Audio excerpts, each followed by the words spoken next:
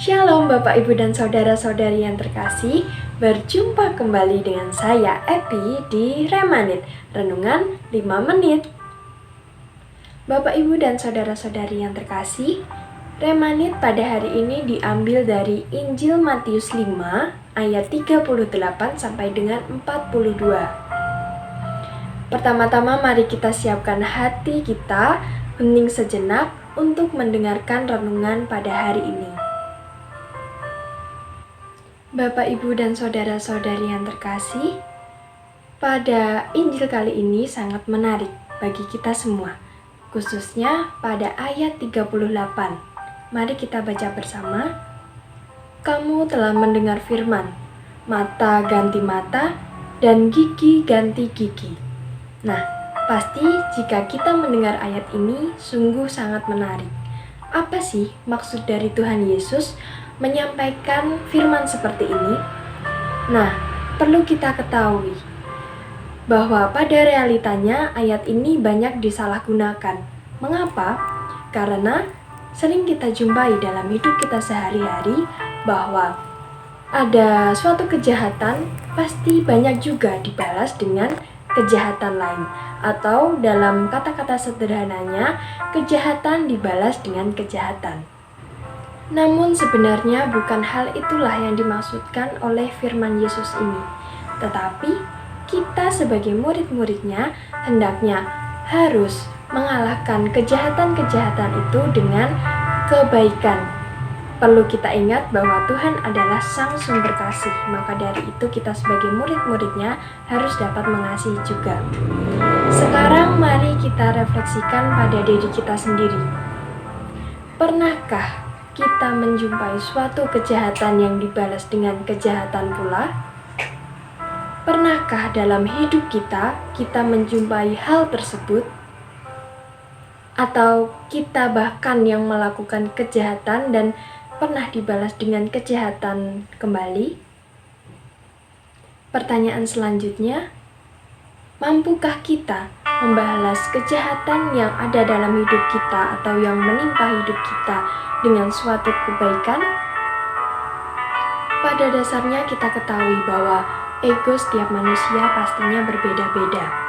Ada seseorang yang memiliki rasa dendam yang sangat tinggi apabila dia diperlakukan tidak baik oleh orang lain. Tetapi ada pula orang-orang yang dapat menahan ego itu. Namun kita seringkali lebih mendengar kata-kata kejahatan dibalas dengan kejahatan. Nah, dari kata-kata itulah maka kita setidaknya dapat mengetahui bahwa manusia ini lebih sering melakukan kejahatan atau memiliki ego untuk dendam, iri hati, dan dengki daripada melakukan hal-hal kebaikan, yaitu hal-hal kasih. Kita juga pasti merasakan untuk dapat mengalahkan ego-ego seperti ego untuk dendam, iri, menghilangkan hal-hal seperti itu sangatlah sulit. Tetapi apabila kita berusaha dengan maksimal, pasti kita juga akan menghasilkan hal yang baik. Sehingga kita dapat mencerminkan murid-murid Kristus yang baik, yaitu murid Kristus yang dapat menyebarkan cinta kasih. Pada hari ini kita diajak bersama-sama untuk dapat mengasihi sesama, yaitu dengan cara mengampuni. Mari kita lihat bersama-sama pada ayat yang ke-39. Tetapi aku berkata kepadamu, janganlah kamu melawan orang yang berbuat jahat kepadamu, melainkan siapapun yang menampar pipi kananmu, berilah juga pipi kirimu. Perlu kita percaya bahwa Tuhan adalah Sang Sumber Kasih dan sumber penguat iman kita. Mengapa? Karena kita dapat melihat bahwa ajaran kasih yang Tuhan berikan kepada kita tidak hanya berusaha untuk kita dapat mewujudkannya kepada orang-orang terdekat kita saja, melainkan Tuhan juga mengajarkan kepada kita untuk dapat mengasihi musuh-musuh kita sendiri. Nah, mungkin dari sini kita juga merasa aneh.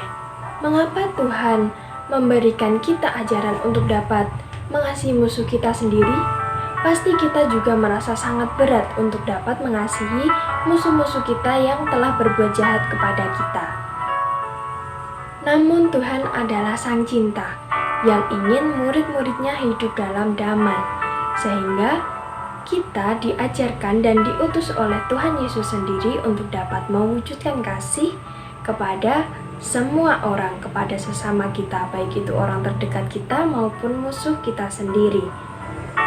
Meskipun kita merasa berat, merasa sulit untuk dapat mewujudkan hal-hal itu, tetapi kita harus berusaha untuk dapat mewujudkannya, seperti kita mendoakan musuh-musuh kita. Lalu tidak ada salahnya pula kita membalas kejahatan itu dengan kebaikan yang kita miliki. Kita harus mau berusaha untuk dapat mewujudkan cinta kasih kita kepada sesama kita, bahkan kepada musuh-musuh kita. Dengan berharap dan menyerahkan diri kita kepada Tuhan, disertai dengan usaha kita yang sungguh-sungguh dengan ketulusan yang nyata dalam diri kita, maka Tuhan sendirilah yang akan bekerja dalam diri kita, yang akan menuntun dan membimbing kita untuk dapat mengampuni, untuk dapat menghilangkan rasa dendam yang ada di dalam diri kita, sehingga dalam hidup kita sehari-hari, kita dapat hidup dengan damai dan tentram tanpa adanya permusuhan. Bapak, Ibu, dan saudara-saudari yang terkasih, terima kasih atas kesediaannya telah mendengarkan renungan yang saya bawakan ini.